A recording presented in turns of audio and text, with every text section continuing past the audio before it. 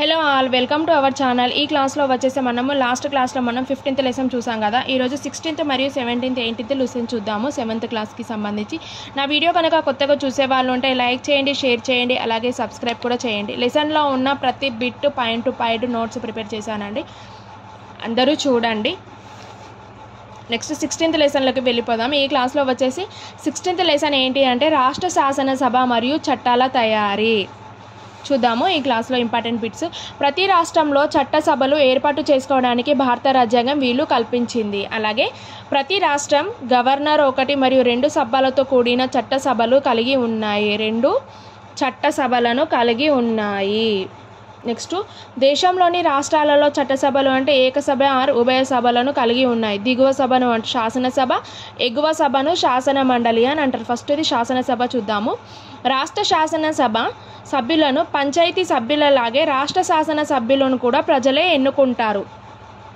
పంచాయతీ సభ్యులలాగానే రాష్ట్ర శాసన సభ్యులను కూడా ప్రజలే ఎన్నుకుంటారు. అలాగే ప్రతి రాష్ట్ర శాసనసభ సాధారణంగా 5 సంవత్సరాల కాల పరిమితి కలిగి ఉంటుంది. అంటే 5 సంవత్సరాల కాల పరిమితి, 5 సంవత్సరాల కాలం కలిగి ఉంటుంది అన్నట్టు. అలాగే కొన్ని సంవత్సరాల కాల పరిమితి కన్నా ముందే గవర్నరు రద్దు చేయవచ్చు. కొన్ని సంవత్సరాల కాల పరిమితి కంటే ముందే గవర్నర్ తన హోదాని రద్దు చేయవచ్చు. అలాగే రాష్ట్ర శాసనసభ అంటే ఎమ్మెల్యే ప్రతి సంవత్సరం కనీసం 2 సార్లు సమావేశం అయ్యాలి. ఎమ్మెల్యేలు రాష్ట్ర శాసనసభలో 2 సార్లు సమావేశము అవ్వాలి. అలాగే ఈ 2 సమావేశాల మధ్య కాలంలో 6 నెలలకు మించకూడదు.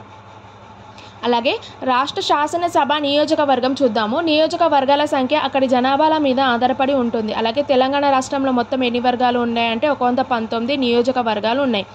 అలాగే తెలంగాణలోని నియోజకవర్గంలో మొత్తం ఎంతమంది ఓటర్లు ఉన్నారు అని అంటే 1,70,000 మంది ఓటర్లు ఉన్నారు. అలాగే 18 సంవత్సరాలు దాటిన వారికి ఓటు హక్కును కలిగి ఉంటుంది. అలాగే హైదరాబాదు పెద్ద నగరం కాబట్టి 13 నియోజకవర్గాలుగా ఉంది. చూడండి, శాసనసభ నియోజకవర్గం మన రాష్ట్రంలో మొత్తం 119 నియోజకవర్గాలు ఉన్నాయి. అలాగే ఎంతమంది ఉన్నారో చూడండి, 1,70,000 మంది ఓటర్లు ఉన్నారు ఒక్కొక్క నియోజకవర్గంలో. అలాగే 18 సంవత్సరాలు దాటితే వారికి ఓటు హక్కును ఉంటుంది. అలాగే హైదరాబాద్లో ఎన్ని నగరాలు ఉన్నాయి? నియోజకవర్గంలో 13 ఉన్నాయి. అలాగే ఎమ్మెల్యేల ఎన్నిక ఎలా జరుగుతుందో చూద్దాము. రాష్ట్ర శాసనసభ ఎన్నికలు ప్రతి 5 సంవత్సరాలకు జరుగుతుంది. అలాగే భారత పౌరుడై ఉండాలి, వారికి 25 సంవత్సరాల వయసు ఉండాలి. అలాగే పోలింగ్ బూత్ అధికారి ఓటర్ల గుర్తింపు కార్డును పరిశీలిస్తారు. అలాగే సాధారణంగా ఓట్లందరికీ ఎన్నికల కమిషన్ గుర్తింపు కార్డులను జారీ చేస్తుంది. నెక్స్ట్ మెజార్టీ పార్టీ సభ్యులు తమలో ఒకరిని నాయకుడుగా ఎన్నుకుంటారు. తర్వాత గవర్నర్ ఆ నాయకుడిని రాష్ట్ర ముఖ్యమంత్రిగా నియమిస్తారు.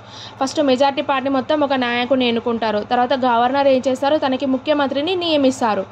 తమ పార్టీ శాసనసభ్యుల శాసన మండలిని సభ్యులలో నుంచి కొందరిని ముఖ్యమంత్రులుగా ఎంపిక చేస్తారు. ఇప్పుడు పార్టీ సభ్యులు ఉంటారు కదా, వాళ్ళలో ముఖ్యమంత్రులుగా నియమిస్తారు. అలాగే ఈ మంత్రిమండలి ఆర్ క్యాబినెట్ను ప్రభుత్వం అని కూడా పిలుస్తారు. మంత్రిమండలి ఆర్ క్యాబినెట్ ఏమని పిలుస్తారు? ప్రభుత్వం అని పిలుస్తారు. ఈ మంత్రులు ముఖ్యమంత్రులతో కలిసి క్యాబినెట్ అంటే లేదా మంత్రిమండలిగా ఏర్పడతారు. అంటే ఈ మంత్రులు ఉన్నారు కదా, ముఖ్యమంత్రులతో కలిసి క్యాబినెట్లో ఏర్పరచుకుంటారు అన్నట్టు. తర్వాత చట్టాలను అభివృద్ధి పథకాలను అమలు చేయడానికి శాసనసభలో కొత్త చట్టాలను అమలు చేయడానికి మంత్రిమండలి బాధ్యత వహిస్తుంది. కొత్త చట్టాలను అమలు చేయడానికే అలాగే మరియు పథకాలను అభివృద్ధి చేయడానికి మంత్రిమండలి బాధ్యత వహిస్తుంది. మంత్రిమండలి గురించి చూద్దాము. మంత్రిమండలిలో సభ్యులను ముఖ్యమంత్రి వివిధ శాఖలను కేటాయిస్తారు. ఒకరు ఆర్థిక మంత్రి, విద్యాశాఖ మంత్రి, గృహ మంత్రిగా ఇలా నియమిస్తారు. తర్వాత విధి విధానాలుగా ప్రణాళికలు తయారు చేసి చట్టసభలో ప్రవేశపెట్టి వాటిని ఆమోదించే వరకు ప్రతి వర్గం బాధ్యత వహిస్తుంది. ఇప్పుడు ఈ మంత్రిమండలిలో ఉంటారు కదా, ఒక్కొక్కరు ఆర్థిక మంత్రి, విద్యాశాఖ మంత్రి. ఇప్పుడు వీళ్ళ చట్టసభలో ఒకరి ప్రవేశపెట్టిన వెళ్ళిన తర్వాత ఆమోదింప చేసే వరకు మంత్రివర్గం వీరికి బాధ్యత వహిస్తుంది. తర్వాత సాధారణంగా తమ శాఖలు విధి విధానాలు ఆ మంత్రులు స్వతంత్రంగా నిర్ణయించి కీలకమైన నిర్ణయాలను మాత్రమే మంత్రిమండలి సభ్యులందరినీ కలిసి నిర్ణయిస్తారు. ఓకేనా ఫ్రెండ్స్, నెక్స్ట్ రాష్ట్ర శాసనసభ గురించి చూద్దాము. రాష్ట్ర శాసనసభ వచ్చేసి శాసన సభ్యులను అందరూ కలిసి తమలో ఒకరిని సభకు అధ్యక్షులు అంటే స్పీకర్గా ఎన్నుకుంటారంట. రాష్ట్ర శాసనసభలో అందరూ కలిసి ఒకరు స్పీకర్గా ఎన్నుకుంటారు. తర్వాత ఇతని సభలను సమావేశపరుస్తారు అన్నట్టు. తర్వాత ప్రభుత్వం చేసే చిన్న చట్టాలు, విధానాలు, విధించే పనులు అన్నీ మొత్తం అసెంబ్లీలో ఆమోదం పొందాలి. చూడండి నెక్స్ట్ రాష్ట్ర శాసనసభ చట్టాల తయారు ఏ విధంగా ఉంటుంది. ఏదైనా బిల్లు ఆమోదించే ముందు అసెంబ్లీ సభ్యులందరూ అంశాలతో లోతుగా చర్చించి తమ అభిప్రాయాలను వ్యక్తపరుస్తారు. ఫస్ట్ లోతుగా చర్చించి అభిప్రాయాలను వ్యక్తపరుస్తారు. తర్వాత లాభ నష్టాల గురించి చర్చిస్తారు. లాభ నష్టాల గురించి చర్చించిన తర్వాత వారు ఏం చేస్తారంటే ఆ చట్టాలను చూడండి ఆమోదం పొందకముందు చట్టాన్ని బిల్లు అంటారు. తర్వాత ఉభయ సభల ఆమోదం పొందిన బిల్లు గవర్నర్ ఆమోదం పొందకుండా గవర్నర్ ఆమోదం కూడా పొందిన తర్వాత చట్టంగా మారుతుంది. ఫస్ట్ ఉభయ సభల ఆమోదం పొందిన తర్వాత వారిని గవర్నర్ ఆమోదం పొందుతుంది. దాన్నే శాసనసభ చేసిన శాసనం అంటే యాక్ట్ అంటారు అన్నట్టు. తర్వాత మార్పులు చేర్పులు జరిగిన తర్వాత ఆ బిల్లు కేబినెట్ ఆమోదం పొంది అసెంబ్లీ అంటే విధాన సభకు ముందు ఓటింగ్కు వస్తుంది. అంటే అది ఏం చేసింది, మార్పులు చేర్పులు జరిగిన తర్వాత ఆ బిల్లు క్యాబినెట్ ఆమోదం పొంది విధాన సభ ముందుగా అంటే ఓటింగ్కు వస్తుందంట. 50% మంది ఎక్కువ మంది ఆమోదం పొందితే ఆ బిల్లుని రెండో సభ అయిన విధాన పరిషత్తులో ప్రవేశపెడతారు. రెండవ విధాన సభ ఉంది కదా, రెండో విధాన సభకు విధాన పరిషత్కు పంపిస్తారట. విధాన పరిషత్ ఆమోదం పొందిస్తే అప్పుడు గవర్నర్ ఆమోదం కోసము పంపిస్తారు. తర్వాత గవర్నర్ ఆమోదం పొందిన తర్వాత ఆ బిల్లు శాసనంగా గెజిట్లో అచ్చవుతుంది అన్నట్టు. ఇలా నెక్స్ట్ తెలంగాణ శాసన మండలి చూడండి. ఇది 2014 వరకు తెలంగాణ మరియు ఏపీలో ఒకే రాష్ట్రం. మరియు ఆంధ్రప్రదేశ్లోని చట్టసభలో 2 సభలు ఉండేవి. రెండవ దానిని శాసన మండలి అని అంటారు. శాసన మండలి అంటే ఏంటి, ఎమ్మెల్సీ ఇలా. తర్వాత 1958లో ఏర్పాటు చేసిన 1985కు పనిచేసి మళ్ళీ 2000 ఏర్పాటుకై పనిచేసింది. తర్వాత తెలంగాణ శాసన మండలిలో 40 సభ్యులు ఉంటారు. ఎంతమంది, 40 సభ్యులు 60 సంవత్సరాల కాలానికి ఎన్నుకుంటారు. తర్వాత వీరిలో 1/3 వంతు అంటే ప్రతి 2 సంవత్సరాలకు విరమణ చేస్తారు. వారిని శాసన మండలి సభ్యులు అంటారు. 1/3 వంతు సభ్యులలో ప్రతి 2 సంవత్సరాలకు విరమణ చేస్తారు అన్నట్టు. తర్వాత 30 సంవత్సరాలు నిలిగి ఉండాలి. కేంద్ర రాష్ట్ర పదవులను కలిగి ఉండకూడదు.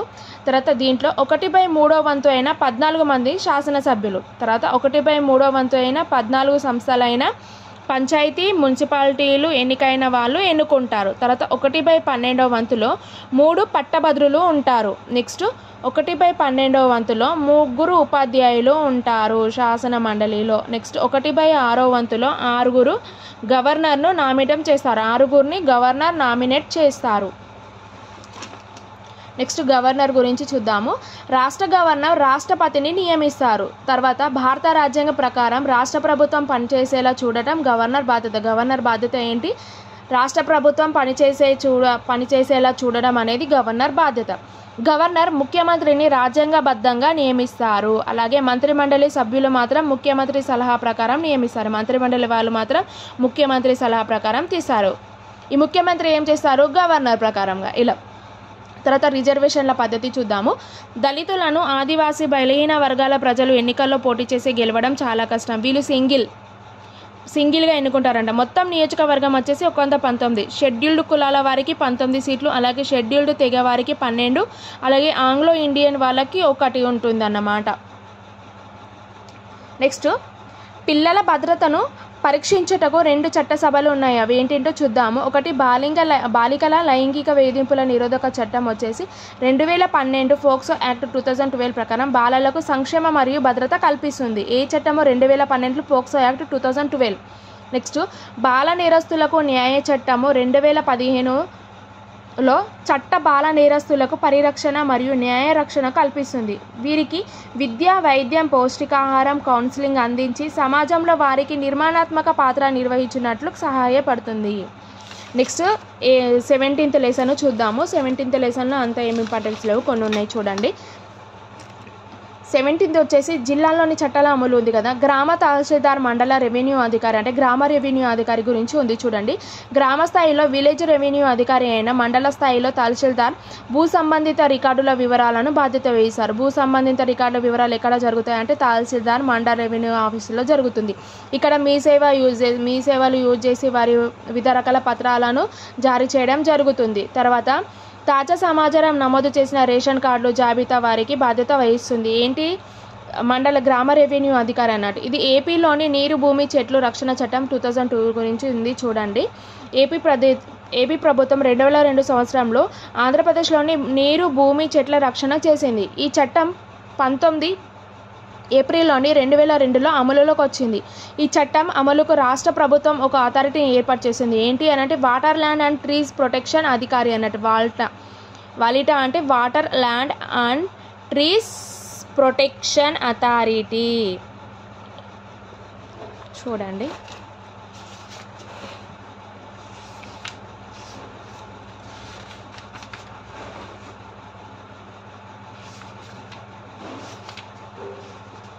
POCSO act 2012. నెక్స్ట్ 17th లెసన్లో వచ్చేసి మనకు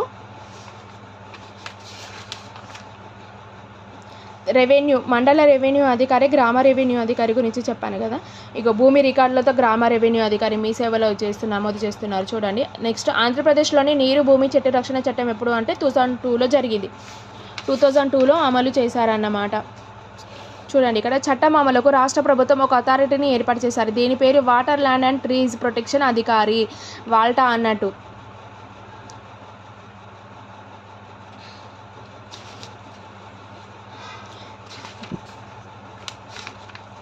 నెక్స్ట్ 18th లెసన్ చూద్దాము. 18th లెసన్లో కుల వివక్షత మరియు సమానత్వానికై పోరాటము. దీంట్లో భారతదేశపు గొప్ప నాయకులలో ఒకరు డాక్టర్ భీమ్రావ్ రామ్జీ అంబేద్కర్ అయిన 1891 మరియు 1950లో చనిపోయారు. ఈయన 1901 సంవత్సరంలో 9 సంవత్సరాల వయసులో ఉన్నప్పుడు కుల వివక్షను అనుభవించిన ఒక సంఘటన అతనితో జరిగిందన్నట్టు. ఒకసారి కారేగార్లో ఉంటున్న ఆ తండ్రిని కలవడానికి సోదరునితో కలిసి వెళ్ళాడు. తర్వాత అది ఎక్కడుంది అని అంటే ఇప్పుడు ఎంహెచ్లో మహారాష్ట్రలో ఉంది. ఎక్కడే కారేగావ్ అనేది ఇప్పుడు మహారాష్ట్రలో ఉంది. ఇది రైల్వే స్టేషన్లోని ఎడ్ల బండ్ల వాళ్ళందరూ పిల్లలను తీసుకెళ్లడానికి తిరస్కరించారన్నట్టు. రైల్వే స్టేషన్లో ఏం జరిగింది అని అంటే ఎడ్ల బండి వాళ్ళందరూ పిల్లలను తీసుకెళ్లడానికి వారు తిరస్కరించారు రైల్లో. ఈ ఘటన వల్ల కుల వివక్షత దళితులను ఆర్థిక కార్యకలాపాల నుండి నిరోధించడమే కాకుండా వారి గౌరవాన్ని హుందత్వాన్ని పొందకుండా చేస్తుందని స్పష్టం తెలుస్తుంది. నెక్స్ట్ దీంట్లో ఉన్న సేవలో ఇక్కడ చూద్దాము. 19వ మరియు 20వ శతాబ్దంలో అనేక మంది సంఘ సంస్కర్తలు స్వేచ్ఛ, సమానత్వం, సోదరభావం, వ్యక్తి గౌరవం, ఆర్థిక న్యాయం ఆధారంగా కొత్త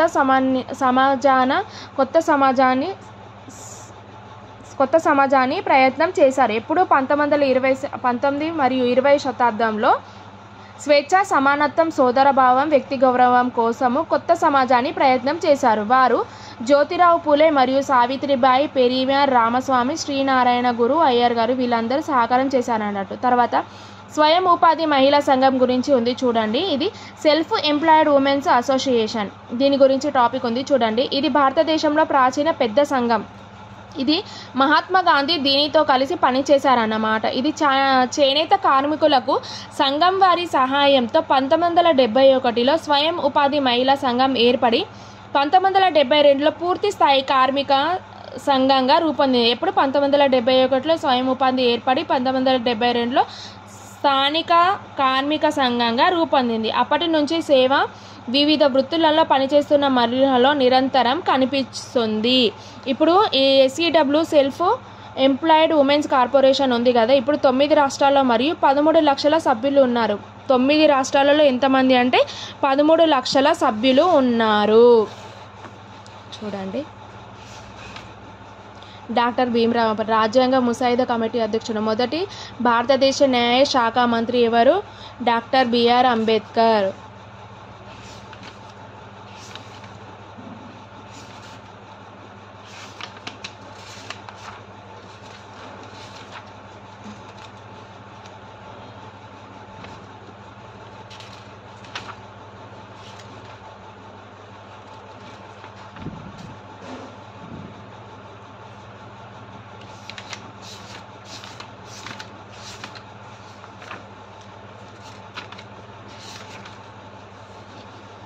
చూడండి, స్వయం ఉపాధి మహిళా సంఘం సేవ self employed women's and association 1971 అహ్మదాబాద్లో బట్టల దుకాణాల మార్కెట్లో బండ్లలాగే మహిళా వార కార్మికులకు చేరిత సంఘం నుంచి సంబంధించి గృహ సౌకర్యం మెరుగుపరచడానికి సహాయం చేశామని కోరారు. ఇలాగే ఇది ఎప్పుడు అనంటే వివిధ వృత్తులలో పనిచేసే వారికి బాగా ఉపయోగపడుతుంది. ఇప్పుడు దీంట్లో 9 రాష్ట్రాలు మరియు ఎంతమంది అని అంటే 13 లక్షల మంది. చూడండి ఇప్పుడు 9 రాష్ట్రాలలో 13 లక్షల సభ్యులు ఉన్నారు. ఎక్కడ సెల్ఫ్ ఎంప్లాయీ ఉమెన్స్ అసోసియేషన్లో. అలాగే వీరికి బ్యాంకు సేవలు అందిస్తున్నారు మరియు సహకార సంస్థలు నడుపుతూ ఆరోగ్య బీమా సౌకర్యాన్ని కల్పిస్తున్నారు. మార్కెటింగ్ చేయడంలో కూడా ACWA సహాయపడుతుంది. నెక్స్ట్ మనము 20 లెసన్ చూద్దాం. ఈ వీడియో కనుక మీకు నచ్చితే లైక్ చేయండి, షేర్ చేయండి, అలాగే సబ్స్క్రైబ్ కూడా చేయండి.